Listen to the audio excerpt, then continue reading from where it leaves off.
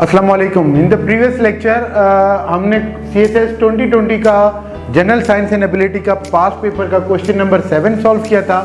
आज हम सॉल्व करने जा रहे हैं क्वेश्चन नंबर 8 का बी पार्ट। इस क्वेश्चन में एग्जामिनर ने कहा है कि राइट ट्रायंगल टाइल है जिसकी डायमेंशन उसने दी हैं 2 लेग्स की 12 सेंटीमीटर और 4 सेंटीमीटर। अब 2 लेग्स से मुराद यहाँ पे हाइपोटेन्यूज नहीं होगा, इसकी लेंथ परपेंडिकुलर और बेस होगा।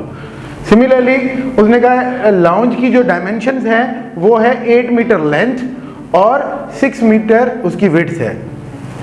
और हर टाइल की जो कॉस्ट है आपका जो ट्रायंगल की शेप में जो टाइल है उसकी कॉस्ट है ₹15 ईच। सबसे पहले अब हमें मालूम करना है कि एरिया ऑफ लाउंज कितना है। लाउंज का एरिया मालूम करने के लिए, क्योंकि ये डायमेंशंस बता रही हैं कि लाउंज जो है रेक्टेंगुलर इन शेप है। अब रेक्टेंगल का जो एरिया है वो किस तरह निकलता है, area of lounge is equal to length into width, और इसकी लेंथ कितनी है 8 मीटर्स मल्टीप्लाइड बाय 6 मीटर्स, तो इसका टोटल एरिया हो जाएगा 48 मीटर स्क्वायर।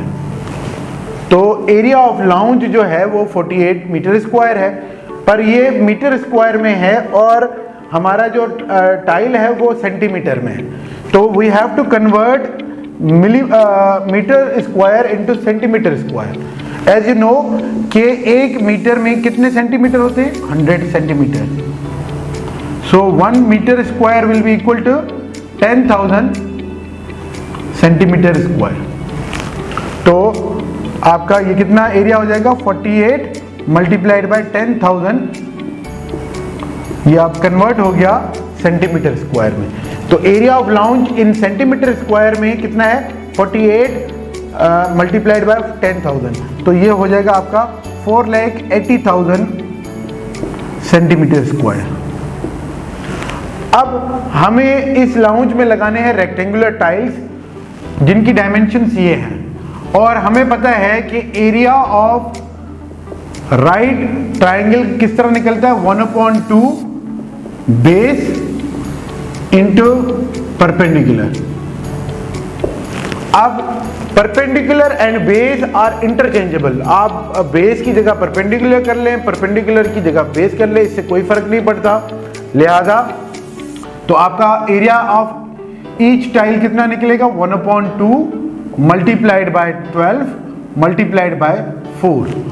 तो जब आप इसको सिंप्लीफाई करेंगे 2 1 2 2 6 12, 6 into 4 24 सेंटीमीटर स्क्वायर।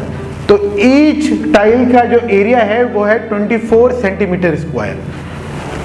तो how many tiles needed for lounge के लिए कितनी टाइल्स रिक्वायर्ड होंगी, वो होगी टोटल एरिया को हम टाइल के एरिया से डिवाइड कर देंगे। टाइल का एरिया कितना है, टाइल का एरिया है 24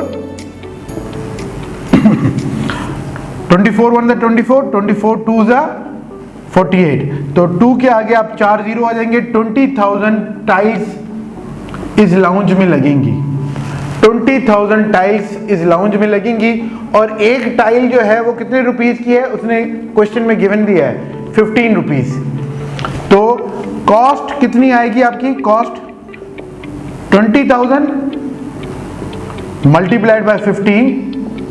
जब आप मल्टीप्लाई करेंगे तो ये हम कॉस्ट हो जाएगी ₹300,000,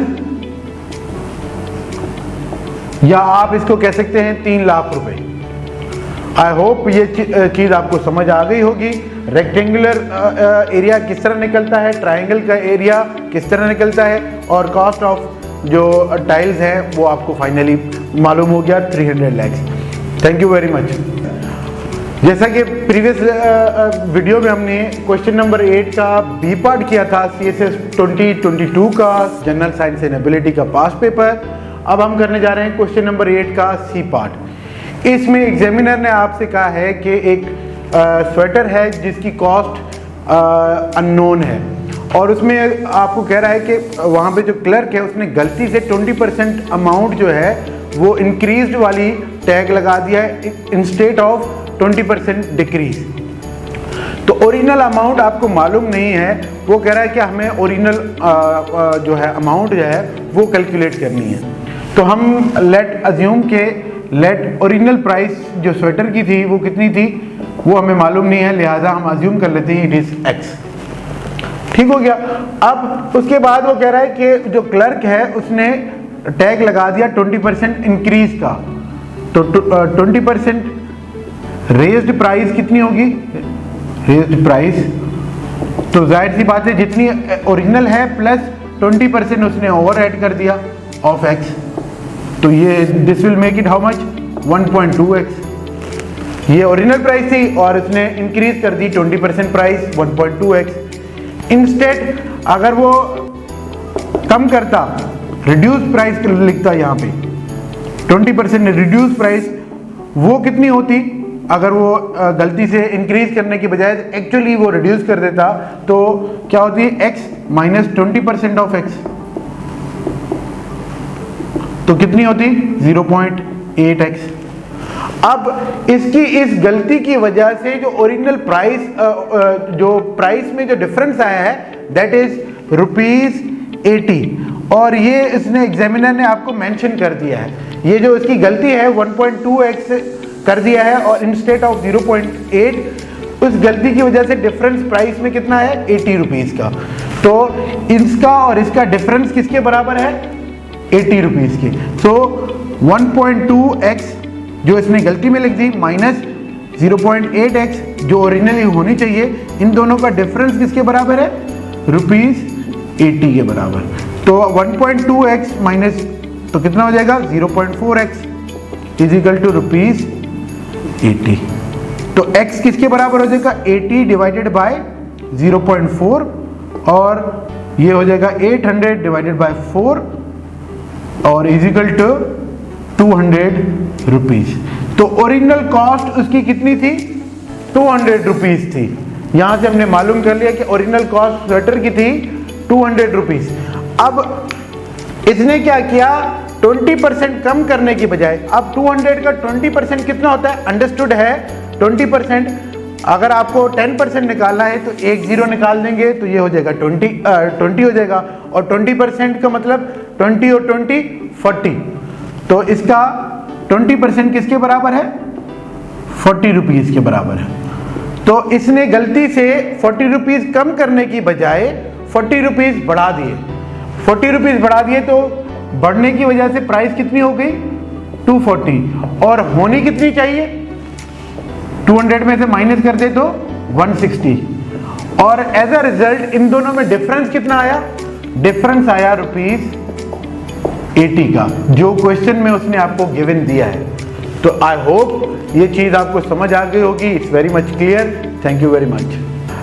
हमने प्रीवियस लेक्चर में क्वेश्चन नंबर 8 का सी और बी पार्ट किया था, CSS 2022 का जनरल साइंस एंड एबिलिटी का पास पेपर। अब क्वेश्चन नंबर 8 का डी पार्ट सॉल्व करने जा रहे हैं और ये रिलेटेड है आपका कोडिंग और डिकोडिंग से।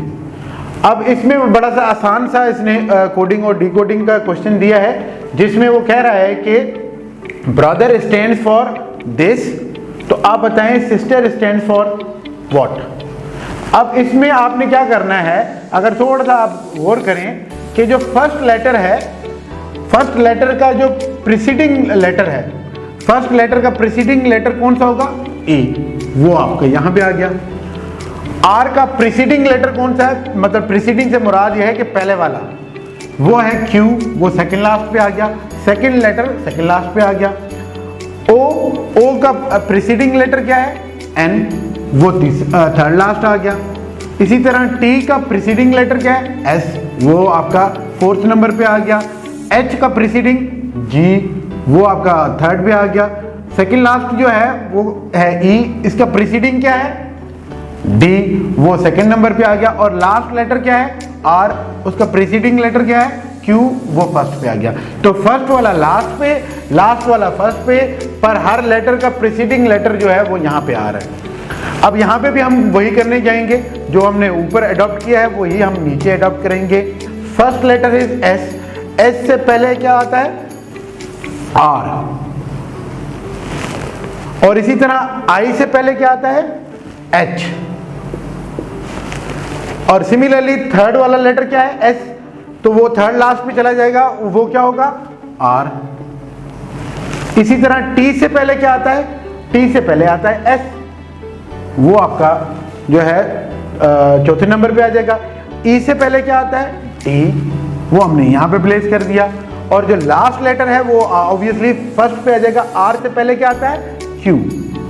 तो जो प्रोसेस हमने ऊपर किया वही प्रोसेस हम नीचे करेंगे, तो आप आसानी से ये कोडिंग और डिकोडिंग का क्वेश्चन कर लेंगे। आई होप आपको समझ आ गया होगा। Thank you very much. Further videos के लिए आप हमारे चैनल को सब्सक्राइब करें और लाइक करें, और कोई कन्फ्यूजन हो, कोई क्यूरी हो तो आप कमेंट सेक्शन में हमें ज़रूर बताएं। Thank you very much.